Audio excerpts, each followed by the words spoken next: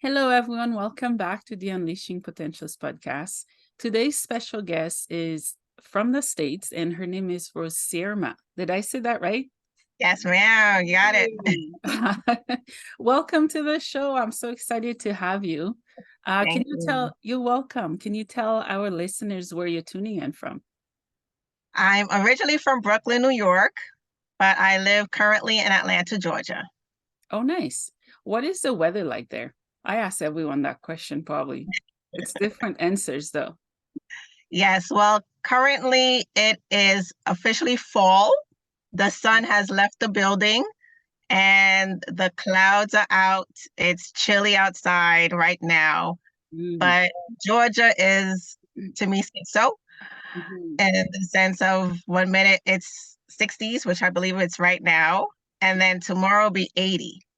So it just goes back and forth depending on how the Georgia sky feels. Yeah, it's fall here too. I'm looking forward to, the leaves. They're so beautiful when they fall and change Um, color. I love that part. New York, oh my I just don't gosh, like when the it goes cold. from orange to red, it's just beautiful. Yeah, yeah. So, Sirma, can you tell us more about you and what you do? Hello, everyone. I am a mindset coach. I'm all about resetting your mind, reset your life. I am also a course creator. I created a course for singles on how to thrive in your 30s versus be tired in your 30s. Mhm, Also, I am an author of a book about how to disempower your disappointment mhm, through life circumstances and to empower yourself through the appointment. mhm. Yeah, that's really cool. So you work with singles in their 30s. Can you explain more? Yes. So I am now in my 40s, Mhm, and I have learned a lot looking back on how that decade of life has been for me, mhm, not used correctly. mhm, And now I have created a course to help people. If you're in your 20s and you want the course, that's fine. But the main thing for me was, at 30, it's okay, I'm done with being immature in my 20s and doing whatever. And now for 30s, it's okay, let me focus. mhm, However, some people are still living out their 20s and their 30s, mhm. and they're not where they should be. And then by the time you reach 40, you look back and say, oh my God, I wasted 10 years. Mm. So I want to reach back to the 30-year-olds and say, before you get to 40, let me help you in your 30s to thrive. Mhm, So then when you, God willing, reach your 40s, everything is set. Like every area of your life is good, your finances, your physical, your mental, your emotional, all that is healthy so that it's not a wasted decade. Yeah, I love that. I knew we were destined to meet. Yeah, yeah, because in the 30s, you think we'd know, a few things Right. by now, what we're doing and school and family life. Some of us, we just have midlife crisis. And Yes. yeah, and a myth is that, oh, it happens in your 30s and then you figure it all out. That is inaccurate. I'm not 40 yet, but I know it's a continuous journey. What are your Yes. thoughts on that? That's the thing. As you just mentioned, it is a continuous journey. Mhm, However, some people get stuck mhm, and it's like a rabbit hole. And, everyone knows that statement, insanity is doing the same thing over and over. But yet, when you do the wrong thing over and over persistently, that's insane. yeah. And some people, they're just in this habit and not realizing, okay, you're literally insane. Like, look at your life. It hasn't changed. It's like you go from 30 to 35 and you still like, what's wrong? Mhm, The mhm, mind. And once you change your thoughts on your life and how you view things, then everything else will follow. Yeah, mindset is so important. Um, what are some ways that you've had to apply mindset to your life and the work that you do now? The reason I do my work now is because I went through a life storm, which I go very vulnerable and authentic with my first book, Disempower the Disappointment. Mhm, And it happened in 2019. And then by 2020, mhm, of course, after COVID, mhm. as this person said, I had the pandemic before the pandemic. Yeah. So that had me, once I realized, like, okay, I'm in this dark place and I was having suicidal thoughts, like, it went like a really, really dark place. Mhm, And I had to find my why. I was like, okay, I need a reason to why I really want to be here. yeah. And once I found my why, it allowed me to be like, okay, why did this hurt you so bad? Why Mhm, are your thoughts so bad towards yourself that you can't find your way out? mhm, And once I realized it was my thoughts on myself and the thoughts of how I viewed the storm, mhm, then everything started to shift. And then I saw my life better. mhm, And then, I mean, clearly the storm was still there. I was going through the clouds, but mhm, at least I was getting better. And then eventually the storm, the rainbow came and mhm, everything got better. Hence why I'm mhm, smiling so little. Um, but it was a journey for me to get there. Some people just get stuck in this whole why me, poor me, and the self pity party. I've been there, trust me. But then you have to get out of that party and say, okay, how can I get my life right? mhm, What do I need to do for myself mhm. to get my life right? Yeah, yeah. Cool. I love everything you just shared. I literally just asked myself that question today because I'm getting ready to talk about my story and trauma on a radio show. Mhm. Um, I literally was like, why, what, and when, and what am I ready to do with the pain and the trauma and the hurt? And I appreciate you talking about suicide and when you were at a place that was still raw, at time dark, and you survived the storms, and it Yes, shows. It thank you. shows. Yeah, yeah. When you were in that space and place, um, was there certain routines or habits you followed, and how did you get out? I had certain routines. The main one was speaking to my god kids. I mentioned it in my book that that was the one routine that I kept Mhm, and that gave me a sense of normalcy because everything else was not normal. mhm, And that allowed me to be like, okay, well, at least this part is keeping me alive. yeah, Um, so that was the only routine that I had. mhm, Everything else, it was more of like, ah, great, I have to get up. Like, ah, great, I have to cook because if I don't cook, then this is this. And sometimes I didn't even cook. Some days I was like, I'll just eat some Cheez-Its. Like, I don't care for cooking. mhm, Um, so once I was able to really be like, okay, with listening to my god kids and talking to them, mhm, I don't leave them. Like before this life storm came, I had this whole vision of seeing them graduate and seeing them get married and all this stuff. And I was like, Rosirma, if you do what you're thinking of doing, you're gonna miss all of that. And mhm. then that was one thing I did not want to miss. Yeah, yeah, yeah. And as moms, we want to give the world to our kids, but what are we giving ourselves in return, Right. right? And sometimes we feel empty. We don't always know why, but Right. if we took the time to nurture ourselves like we're doing for our kids, then we may know why. We may Right. know why. Let's talk a little bit about singleness. We kind of touched a little bit on it. Um, Mhm. why do society at times look at single people as lost causes? Right. Yes. Yeah.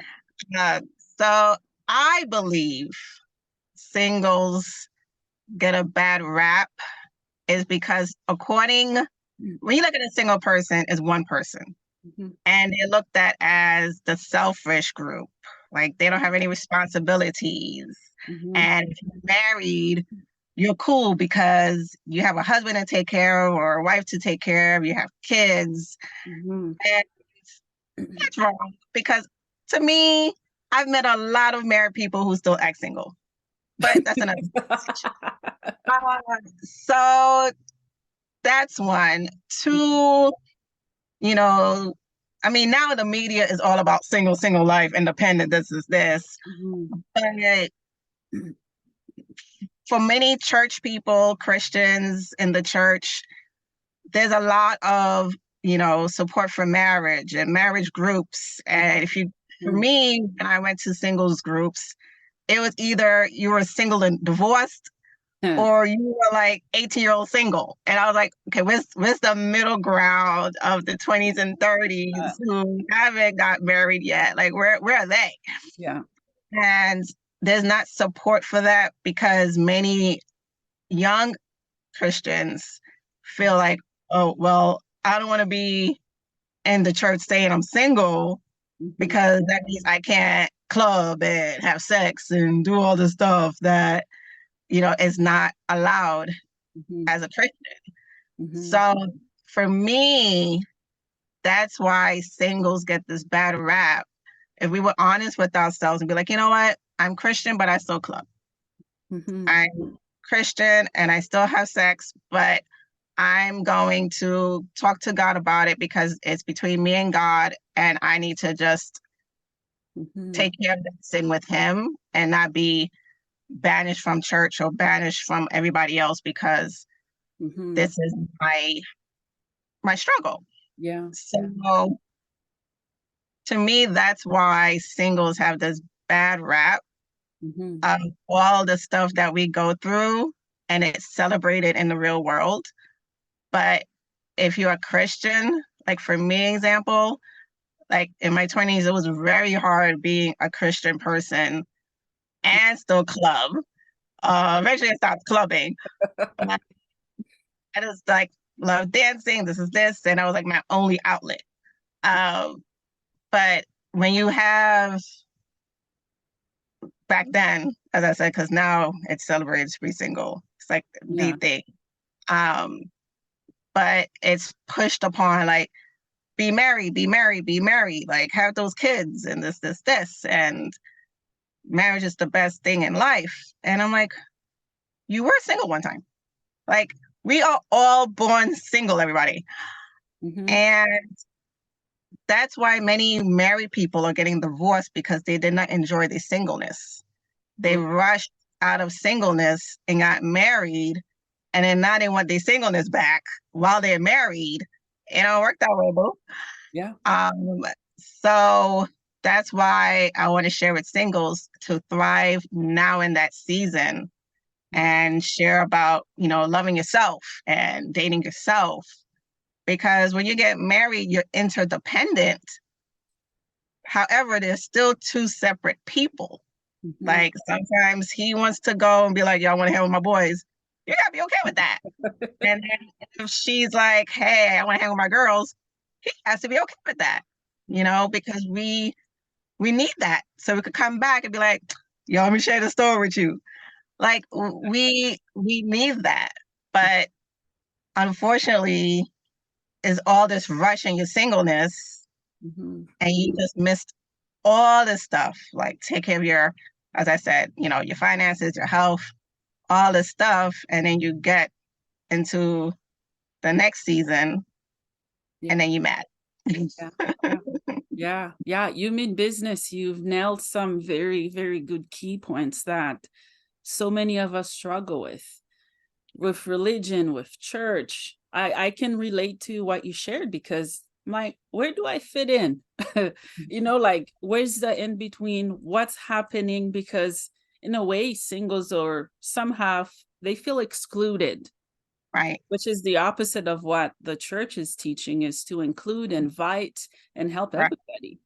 And Right. with the whole sinning and clubbing, guess what? Jesus came for the prostitutes, just the Right. lowly of the lowly. He didn't come for the rich. Hey, rich guy, how much Right. money you got? You know, he came for those who needed the most. And I Correct. appreciate you sharing your perspective and experience and opinion of that. Right? Yes. Yeah, I wish the church would give us a break. Yes. No single people and let them find the wings. Let them open Mhm. it before they push them off to fly. Right. It's not always a good landing. Right. How do you overcome setbacks in your life? Wow, that's a good question. One is, do not take it personal. Um, the setback is not about you. It has nothing to do with you. Mhm, It has nothing to do with your past failures or your sins or whatever the lies your brain is telling you. That's not the reason why the setback has your name on it. mhm, The reason for the setback is one, for you to grow. And once you look at it from a different perspective, mhm, that allows you to look at the setback differently. mhm, And then to one, be like, okay, mhm. what do I need to figure out about my life of why the setback is happening? And how can I overcome it? Yeah, yeah. And then that's when you get set up for the victory that's ahead of you. So Mm, it's all about the perspective of the setback more than the setback itself.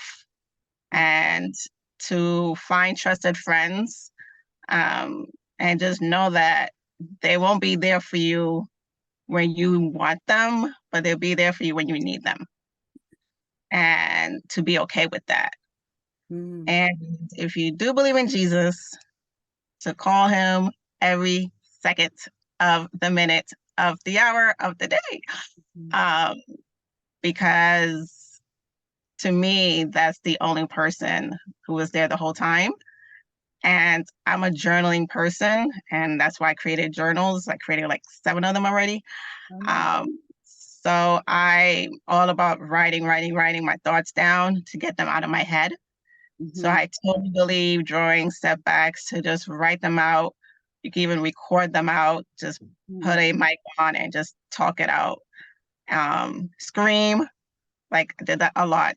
So screaming, um, and just getting it out, because the more it stays in, the more it's causing not just emotional pain, but physical pain. And that's the key word of disease is Yeah. dis-ease. Like your mind is in dis-ease. Mhm. Um, so once you deal with all that, that's how you overcome setbacks. Yeah, yeah, I love that. And I love that you do journals. I love that. Why do you think it's important for people to journal? Because for me, it's the only way to get everything out of your brain. And once you get it out and then you see it, and Mhm, then you're like, oh my God, that's all in there. And then it becomes more real to you. It's like, okay, like these are really all my thoughts, and this is really how I feel.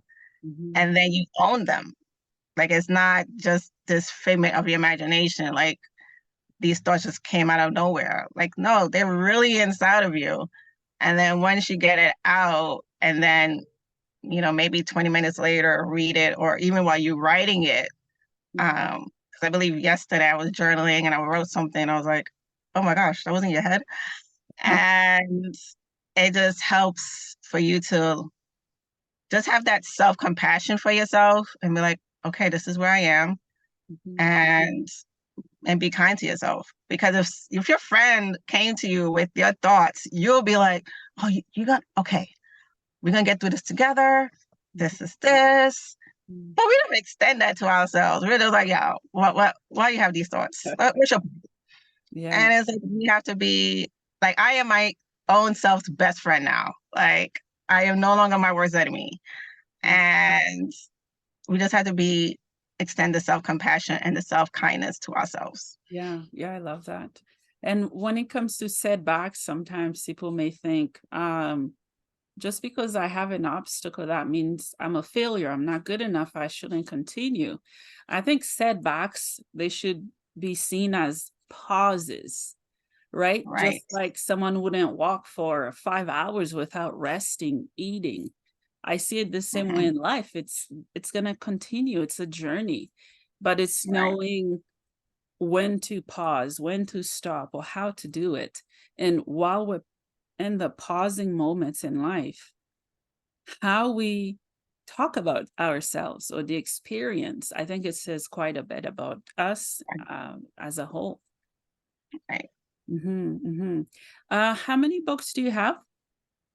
I have 5 journals. Yeah. One of them is a guided prompt, so it has different questions within it and affirmations, and Mhm, then one published book, which is my journey from going from depression to mhm. Yeah, vision. yeah, that's really cool. What are some key points that you have on there about depression? That's a big topic, but I want to hear from you. Depression, one, as I mentioned earlier, Mhm, be aware of it, don't just dismiss it.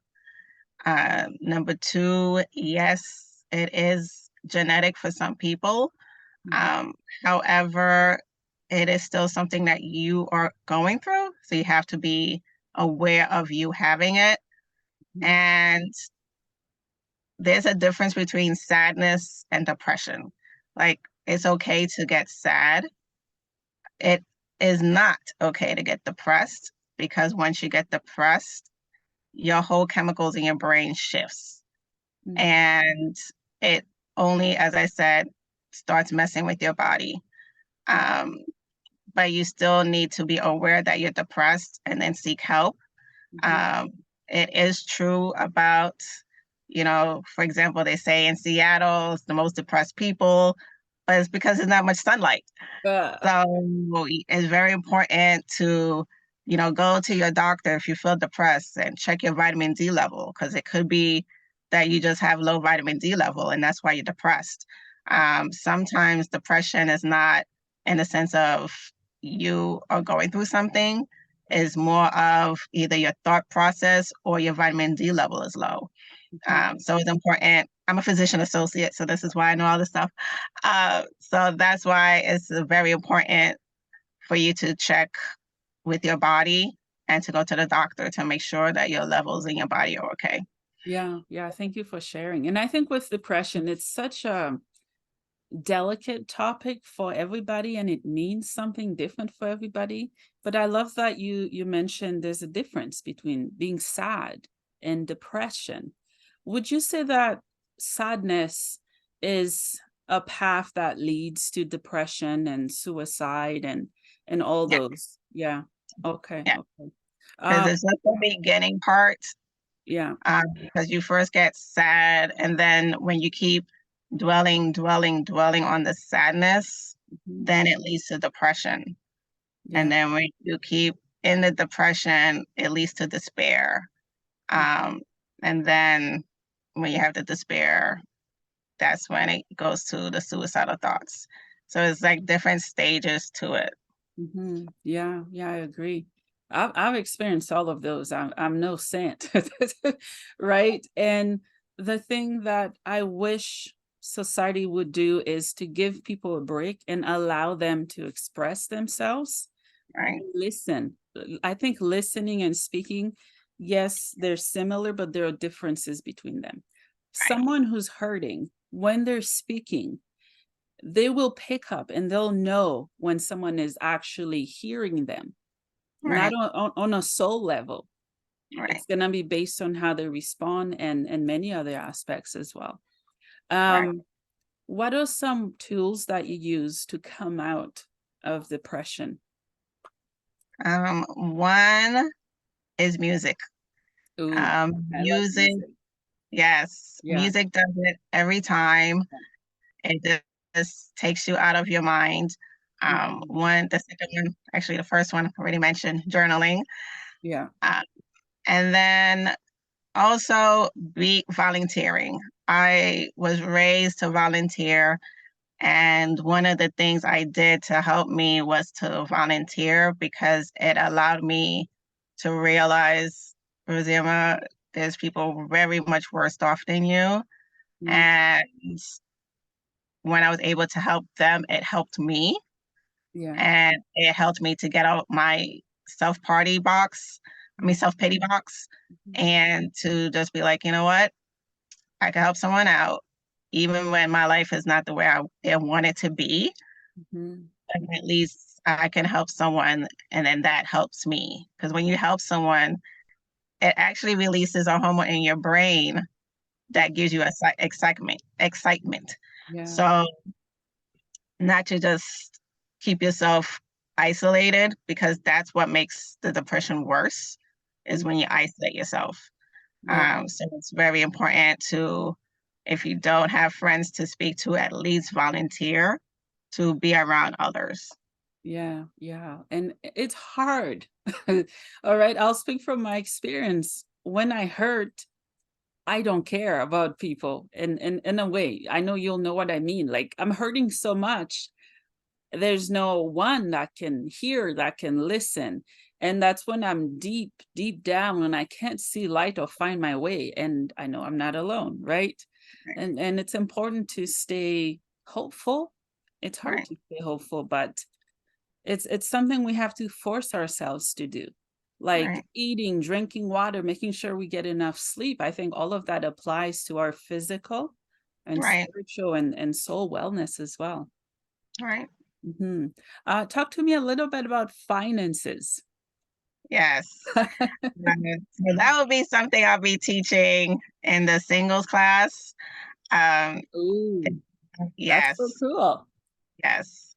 And the main thing is to, there's a lot of fitness gurus, fitness finance gurus out there of, budget and how to save money and all that stuff.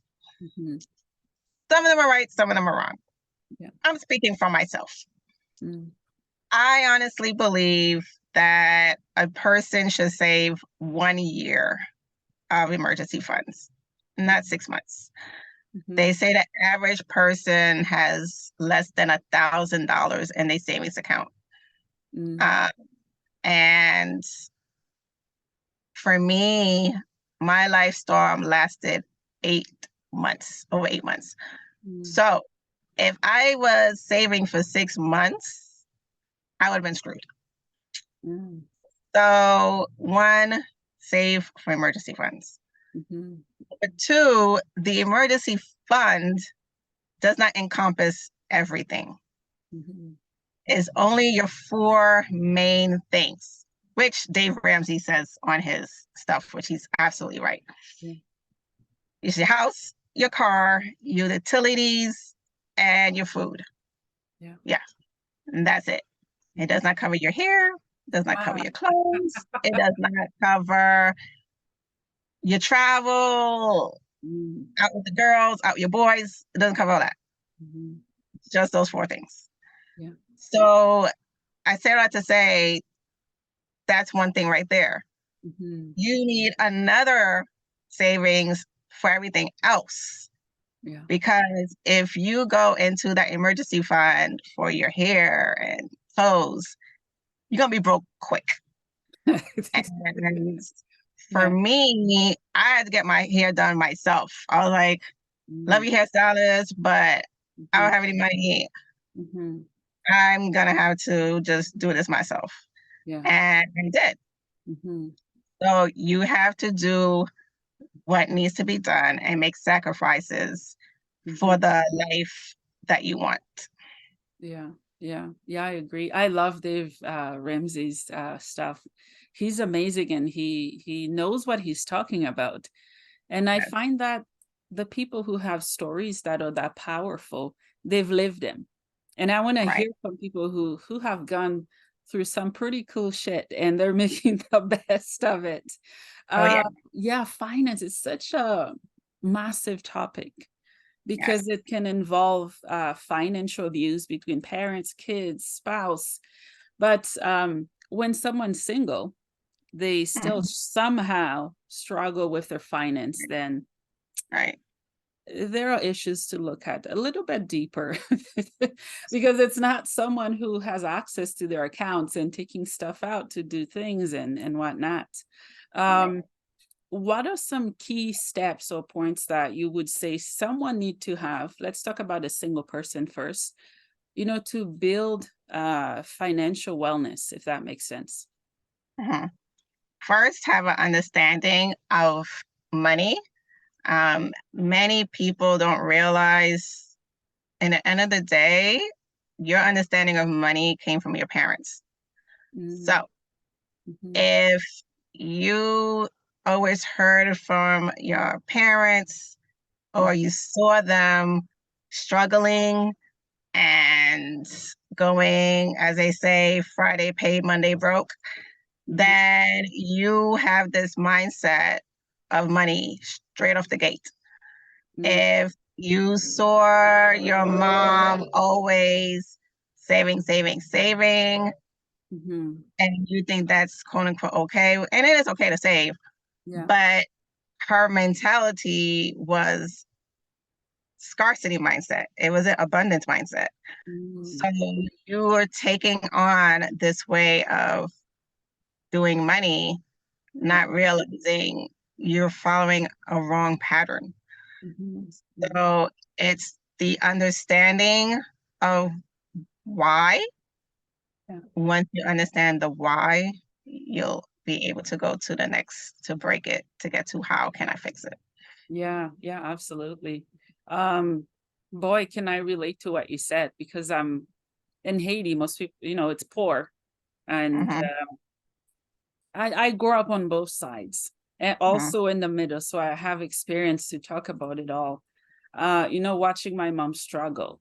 And now I'm a mom. I don't want to watch my kids not have right, what they want. So sometimes I spoil them a little too much and oh, I feel guilty of spending that much on a toy, right? mhm, And it's a continuous journey.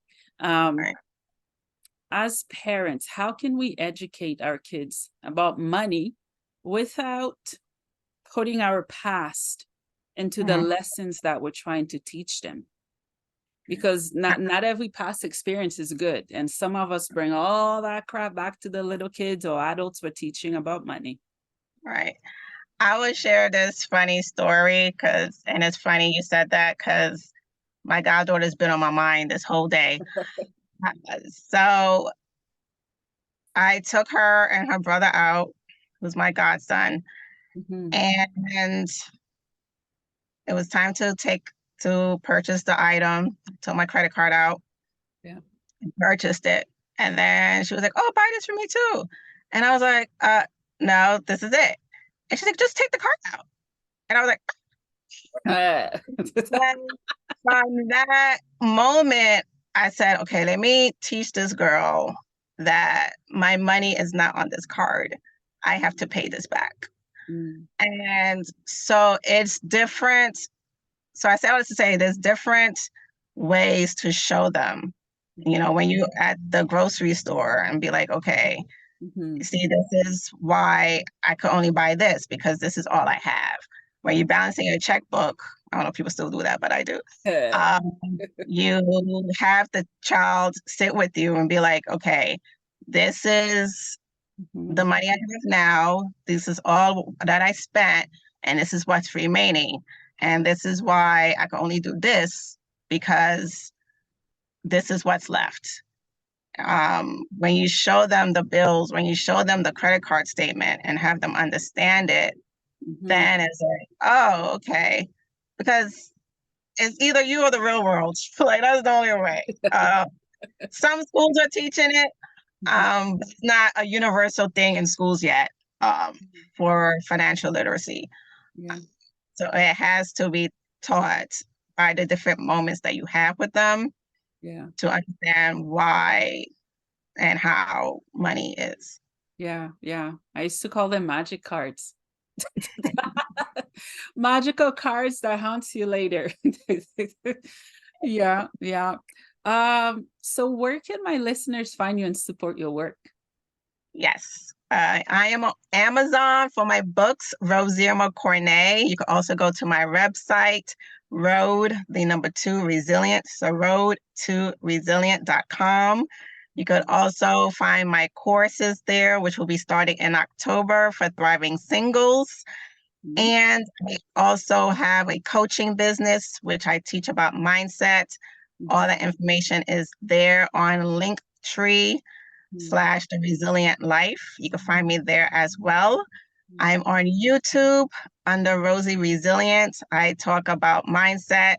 Also have Tea Time, Truth Time on Saturdays, in which I share something hot about my truth or a truth that I learned. And I'm on Instagram under the.resilient_life. You're everywhere. Under different names. It's either Rosi Resilient or the Resilient Life. That's awesome. That's so cool. I love the work that you do. And I can tell it means so much to you. It's like your baby. Like my podcast is a child, and I take care of it. And I love to see other people so passionate about what they do as well. I have one last question for you. Are you ready? I'm ready. What is the meaning of life for you?